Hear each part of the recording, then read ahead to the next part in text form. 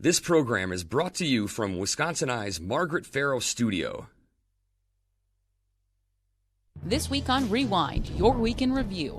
Governor Evers renews calls to use a portion of the state's surplus to cut millions of dollars in taxes. Plus, on the 2-year anniversary of the unrest in Kenosha, Republicans are once again using it as a political backdrop.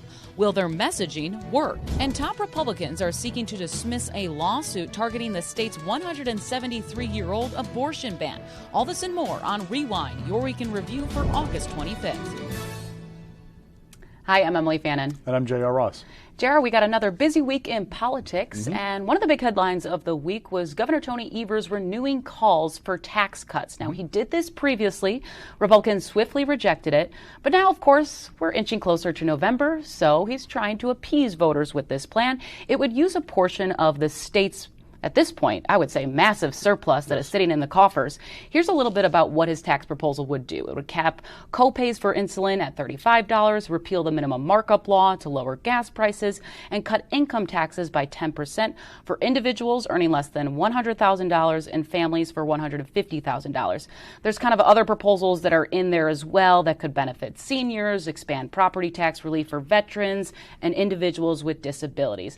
Now, it didn't take too long for Republicans to say, absolutely not, we're not going to do this. Evers has tried multiple times to try to use some of the surplus to give back to families to help them, especially right now with inflation. Assembly Speaker Robin Vos issued a joint statement with Senate Majority Leader Devin LeMahieu. Vos said, "We are not going to jeopardize future budgets in the midst of a recession to fund a tax gimmick." Almost the same wording that we heard, JR, from the last time you proposed this, which was issuing $150 checks to every resident. Let's first hear from Governor Evers, and we'll digest his plan a little bit more. I hear leaders on the other side of the aisle say that they want to give taxpayers' money back to taxpayers, but I've yet to see it. Time and time again, I laid out plans to do just that, including some of these proposals I'm talking about today. And they've downright refused. So let's put our money where our mouth is. Let's show up for the people of our state. Let's get this money back to Wisconsinites who can really use it.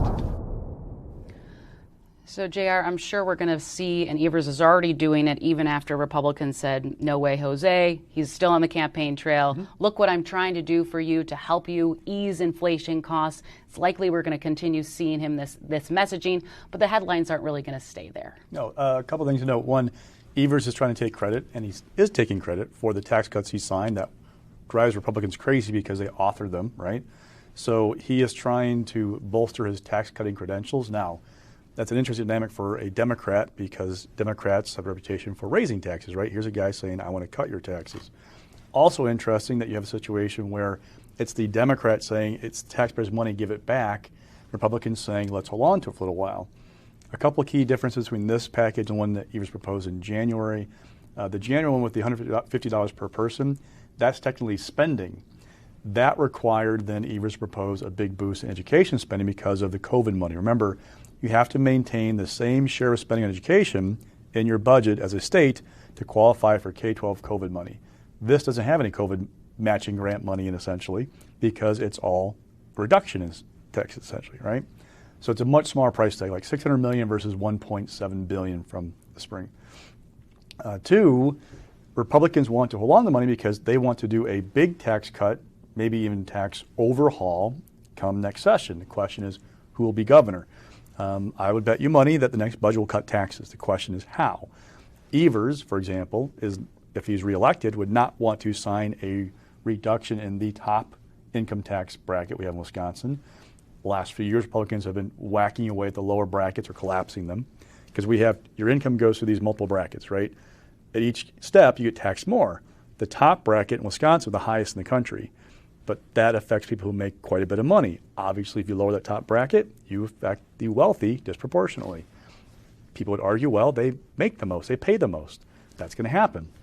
Again, Evers will not sign that. Republicans, they talk about going to a flat tax or even doing away with the income tax. With the surplus we're talking about, and it is huge, you could have the beginning steps of doing away with the income tax or going to a flat tax without raising the sales tax. I mean, it's a down payment on it, but that would be an option. But you'd have to have a Governor Michaels to do that because Evers is not going to sign something like that. And of course, you just led into our next slide that we're going to show people of the massive pot of money that the state has right now. Now, state collections went to $1.6 billion higher than revenue projections previously. And it just keeps getting higher. The Department of Revenue keeps coming out with good news, but we're not being able to touch that money quite yet. Individual income tax collections were $1 billion higher than expected. Corporate tax collections, $545.5 million higher. The Evers administration will likely release a report in October that accounts for spending in the fiscal year. And LFB also had projected in January that the state would finish in about a surplus of $2.8 billion and $3.9 billion at the end of the biennium. So whole lots of money here. So Evers, when he introduced his tax package, talked about we're going to be north of $5 billion for a surplus. I'm going to be a budget wonk for a second to say yes, but let's hold on for a second. So this is just for the current fiscal, the most recent fiscal year ended June 30th. We only have the revenue side of this equation. We need the spending side to know like what the final numbers were on 21-22. If spending hit what projections were, what was budgeted, then we're talking about being $4.4 billion to the good in the last fiscal year alone, like having a surplus of that much. That becomes your starting balance of the second year of the budget. Now, the Fiscal Bureau in January made projections on that second year. They had revenues exceeding expenditures. You might be tempted to go, okay, I'm taking my $4.8 billion, adding this money and saying I'm going to be $5.5 billion-ish for a surplus at the end of the current budget. But a couple things to note. One, there's uncertainty about the second year of the biennium. We could hit it. Some people say we're in a recession right now. We're not seeing it impact job growth or people having employment. Businesses seem to be doing okay. Same with income taxes. So it may not be a big blow, but it could impact that. There's some uncertainty there. So what I can tell you is we're in the ballpark of $4.4 billion for a surplus at the end of the last fiscal year. We'll get that spending side in October. Then in November, we get the projection for the first time on what heck's going to happen in the next biennium. Fiscal Bureau then in January do its own projection to kind of shore up the numbers, and we'll have our real base for them. Also worth noting, again, despite the increased revenue growth, there'll be no transfer to the rainy day fund because we have maxed that fund out. There's $1.7 billion in the rainy day fund. State law says that whenever you have excess growth, you have to put some in the rainy day fund until it hits 5% of basically the state budget. We are well beyond that. So we are good for the rainy day fund going forward. So we have a lot of money, and that rainy day fund could be tapped as well for stuff. They're not going to because it's not a rainy day. But there's a lot of money sitting around, and what's driving it is stimulus money. I mean, COVID money has been flowing into coffers. It is increasing inflation or contributing to inflation, but it also means there's more money flowing around the economy, which means more revenues for taxes. That is helping build this. It's unlike anything I've ever seen. Put it this way, my first budget, that full budget I covered in 2001, 2003, the entire budget for GPR was $23.5 billion. We're talking a surplus of $5 point some billion dollars. That's how much money we're talking about. Yeah, it's a lot. And we'll see if Republicans get creative, right? I mean, you made a good point. Who's going to be governor to sign off on any of this come in January when they start discussing this and what they're going to lay out? I mean, it's definitely something that's going to be an interest to a lot of us in the Capitol and, of course, residents of Wisconsin. And maybe they'll see a tax cut and maybe more, right? Yeah. There's more to come. Also, this week embarked the Kenosha anniversary, the 2-year anniversary of the unrest that happened that broke out in the summer of 2020. This also was all erupted after Jacob Blake was shot several times by a white Kenosha police officer. And Republican candidates have used this as a political backdrop for a long time. But it was the first time we saw Tim Michels be joined by Congressman Brian Stile, and Attorney General candidate Eric Toney was also there. I was there. They kind of did this walk-around tour of some businesses that were damaged, kind of after the aftermath that left a lot of dozens of buildings destroyed. And 2 people, unfortunately, died in some of those violent violent protests. So let's, of course, the messaging here was put the blame on Evers. He didn't do enough. He didn't act soon enough to send in the National Guard. We'll get into the weeds about the political banter there, but let's first hear from Michaels. He hosted a roundtable with some law enforcement and some other elected officials from Kenosha there, and then Governor Evers' response to Michaels' claims that, quote-unquote, Evers failed Kenosha. Let's take a listen. The world craves leadership, and when they don't find it, they seek it elsewhere. They should have found leadership from the governor. They should have found leadership from the Attorney General. It didn't happen. Kenosha was ignored, and as a result, Kenosha burned, and it will never happen again. I've been about leadership my entire life, and my greatest honor will be to provide leadership for the hardworking, tax-paying, law-abiding citizens of Wisconsin. And I give you my pledge that Kenosha nor any other community in Wisconsin will ever burn again. So it's easy for people now to sit back and say, well, it's all Evers' fault. I mean, that's ridiculous. I did exactly what they asked me to do. Feel free, people should feel free to talk to the leadership in Kenosha. They will agree. So it's a dead issue. Obviously, we want Kenosha to recover and move to a better place. But at the end of the day, blaming me for that situation, it's just dead wrong, and it's just politics as usual.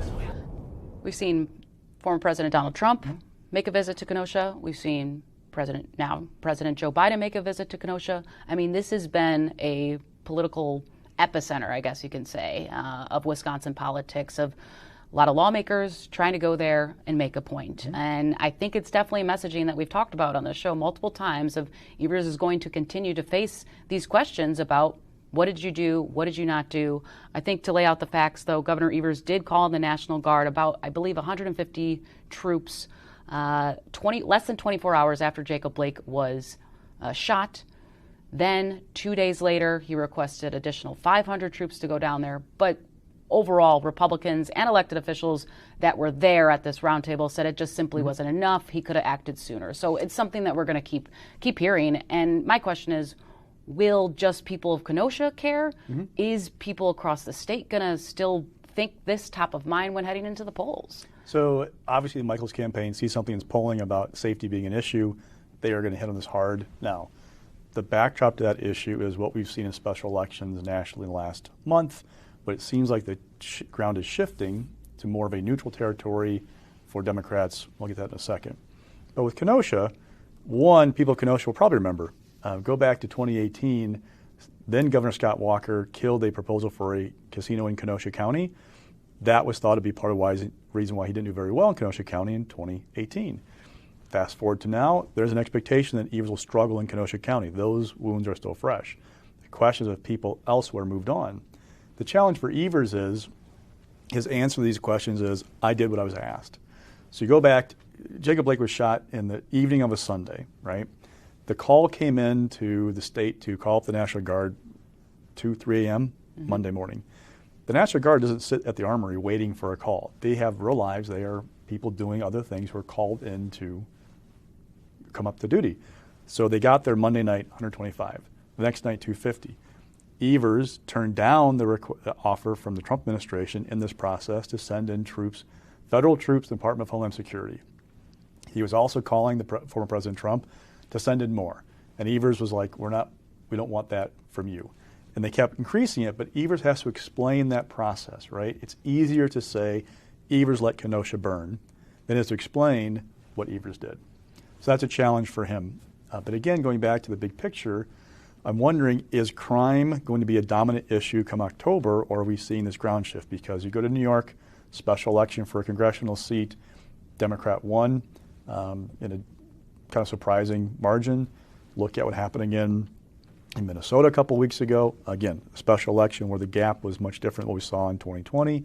Democrats feel buoyed by that abortion is driving what's going on, that we are seeing good things for Democrats, especially in suburban areas where college-educated female voters are saying this is too much, which is why you're seeing Tim Michaels get hit on TV right now by the Evers campaign about abortion.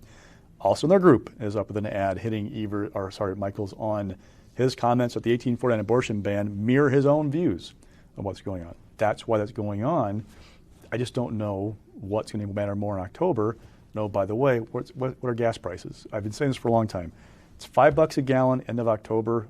Democrats are in a lot of trouble. If it's $3 a gallon, they're in decent shape. Where's it end up in that spectrum in about 2 months? And a lot of voters vote with their wallet.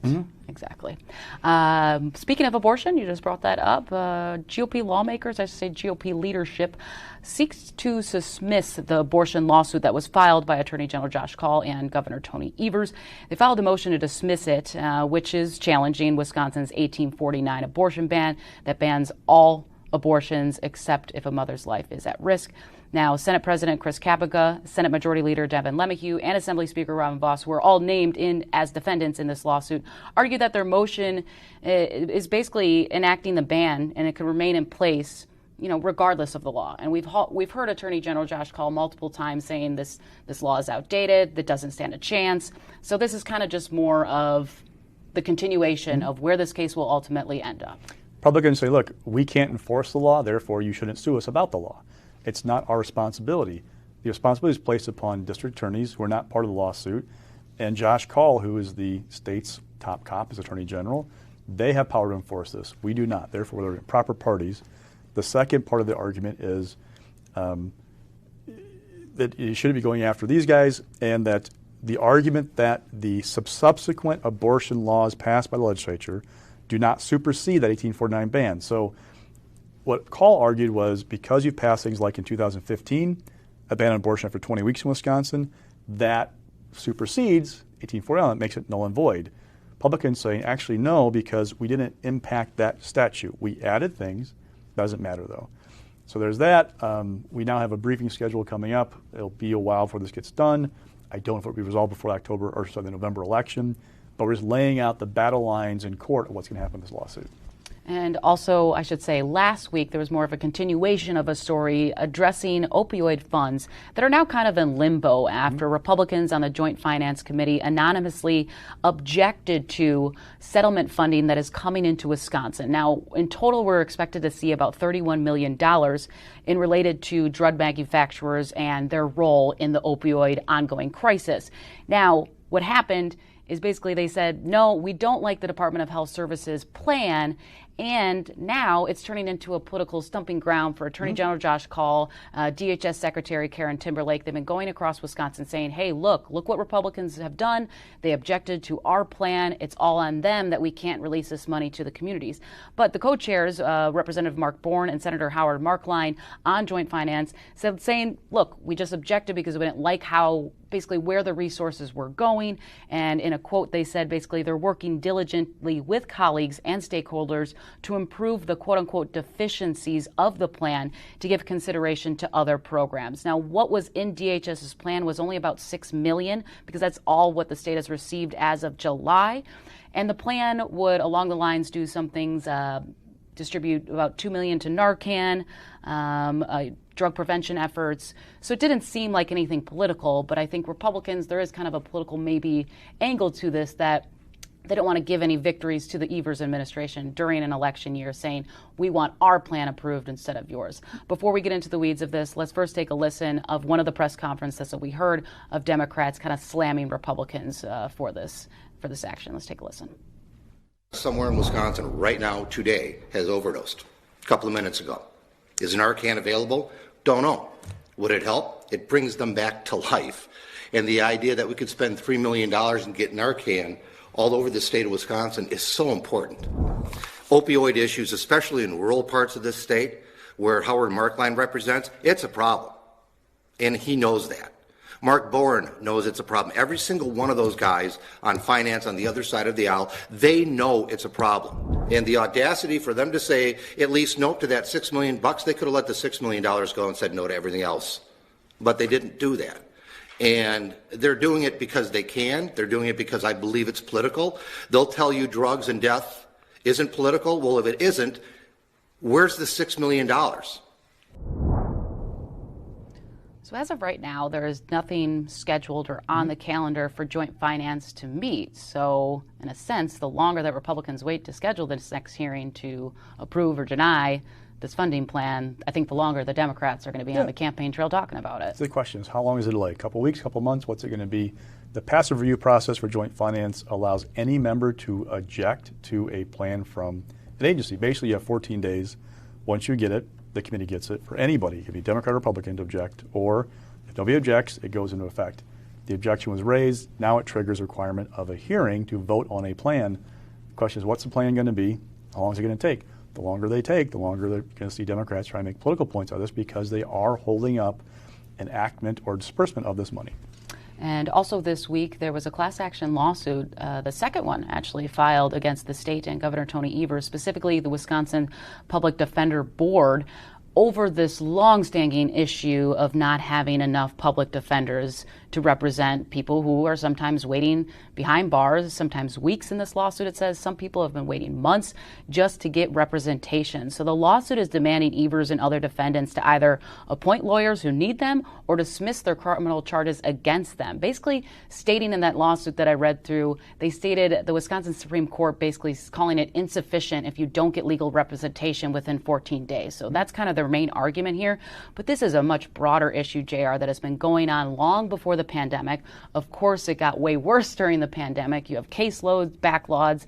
You don't have enough attorneys. You don't have enough assistant staff to help people even field calls.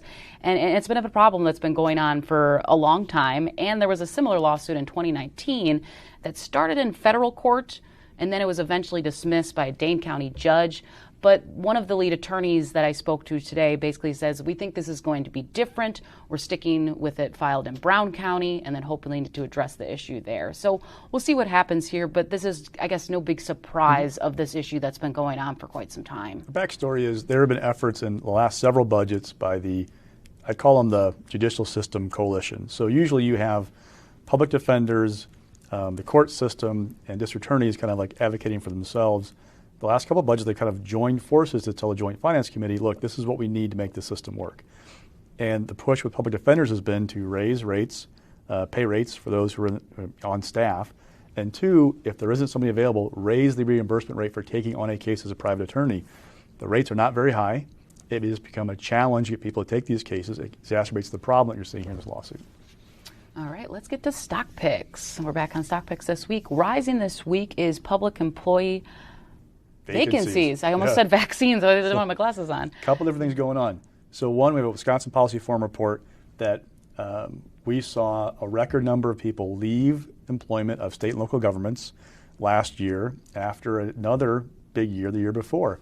What's happening? Same thing happening in the workforce in general.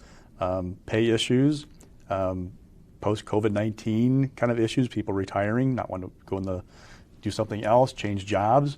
It's straining the local workforces. Oh, by the way, at the state level, a couple weeks ago, Governor Evers quietly raised the pay rates, minimum pay rates for about 280 job classifications in Wisconsin because they're having a problem retaining and attracting talent to these jobs. I think they have like 3,600 employees were affected by the increase, and they have 1,900 vacancies in those jobs they're trying to fill. Well, why is it hard to fill them? Well, because there are fewer people wanting to work. Our unemployment rate ticked up a little bit last month, still at a record low, while our labor participation rate dropped a little bit last month. We talked before, the boomers are retiring. The more boomers retire, the lower your labor participation rate goes because they're not in the workforce anymore. It's hard to fill all these jobs that we need people to do. It's one of those other headlines of this great recession that we're seeing, and this one specifically kind of gave us a pretty good inside look about state employees as well. Mix this week, I'm going to let you handle this story, JR, because you were one of the first to report on it. It's specifically about a candidate for the 6th Assembly District, and we're talking about Peter Schmidt here. Yeah, so usually writing campaigns are very difficult. My question is, what would happen in the writing campaign if you had the establishment behind the writing candidate? So Peter Schmidt is a guy up in the 6th Assembly District, Republican, won a 6-way primary, narrowly. The canvass this week came back, upheld his victory by like 71 votes. Dean Newbert, who is the small business owner up there who came in second place, did not seek a recount, but is thinking about a write-in. Okay, write-ins happen all the time, but here's the catch. Peter Schmidt, back in 2019, was charged with choking an employee in his family farm and eventually pled down to misdemeanor counts. It was kind of known about up there, but didn't get a lot of play. Now, the Shawano County GOP wrote a letter after Peter won the primary saying, we're censuring you. You can't have your materials in our office. You can't come to events and put stuff up. That happened because all of the countywide elected GOP officials in Shawano County said, we don't be associated with this guy because of his criminal record. Okay, so now what? If you're Dean Newbert, he told me this week, he is gauging if there's support for a write-in campaign. Again, they are not easy. You have to get people to, you can register with the state, you get people writing your name, have a campaign to know what's going on. You won't be on the ballot, however. But what happens when the establishment gets behind you? So the Shawano County folks are like, yeah, if this guy runs, we might get behind him. That'd be fascinating to see what's going to happen if that happens. And we asked the Shawano County GOP this week, well, why didn't you do this earlier? Why didn't you say something? They said, we never thought Peter would win. So we didn't vet the candidates the way we should have. That opened the door to this. It's going to be fascinating to see what's going to happen with that that race. Now, this is like a plus 28 GOP district. It is deep red, right? So you'd have to have, I'm trying to do the math of how you'd even get there as a Democrat. Now, the Democrat who's on the ballot, by the way, has own legal problems some years ago, some small misdemeanor stuff. But what's going to happen if you have a write-in campaign, the Republican candidate on the ballot, the Democrat on the ballot? It's going to be interesting. It's a very, very small race, but it's very, very intriguing of what's going to happen up there. Right. And falling this week is the Department of Safety and Professional Services. This has been an ongoing issue of delays at their agency and people waiting months, sometimes years, just to get their license approval. I mean, this has been in the news, I believe, even since the beginning of the year. Yeah. I did a special report on it in March, and it's just being renewed again as people are still waiting. What I'm wondering, and why I'm bringing it up now is it breaking through in the campaign, right? So the issue's been around for a long time. Look, you can go back actually to when the Walker administration combined agencies to create DISPUS, right? It used to be regulation and licensing, went through this kind of whole change. There have been complaints it's been understaffed, underfinanced the entire time, that there are technology issues. You have the Evers folks saying they're not giving us enough money. You have the legislature saying you have plenty of funds, you're just not doing what you're supposed to be doing, use the money to fix the problem. All kinds of stuff going on. But want to know, does it break through? Does it matter? Now, DWD, Workforce Development, and their unemployment issues, you're going to see that in an ad this fall. You're going to see somebody talk about how I waited X months or X years, whatever it was, for an employment check during COVID-19 because Evers' administration failed, right? That's going to happen. I don't know this breaks through the same way because it's a little more muddy, Right. When you're waiting for a license, how does that work? I got it, but it took longer to get it. I'm not sure it's the same kind of argument, but it could be liability for Evers, and Republicans are really frustrated it's not breaking through more because I think it's a failure of the administration that should be talked about a lot more. And I think maybe if they tied it into the worker shortage aspect, right? We can't get enough healthcare workers. We can't get enough people into this agency. It's all because of the worker shortage, and it's because of DSPS. I mean, yeah. we'll see, but that's probably a messaging that we might see. But I would agree. I haven't really seen it really break through other than just a few reports that have been out there. All right, that will do it for this week. Thanks so much for joining us. I'm Emilee Fannon. And I'm J.R. Ross. We'll see you next week. This program was brought to you from Wisconsin Eye's Margaret Farrow Studio.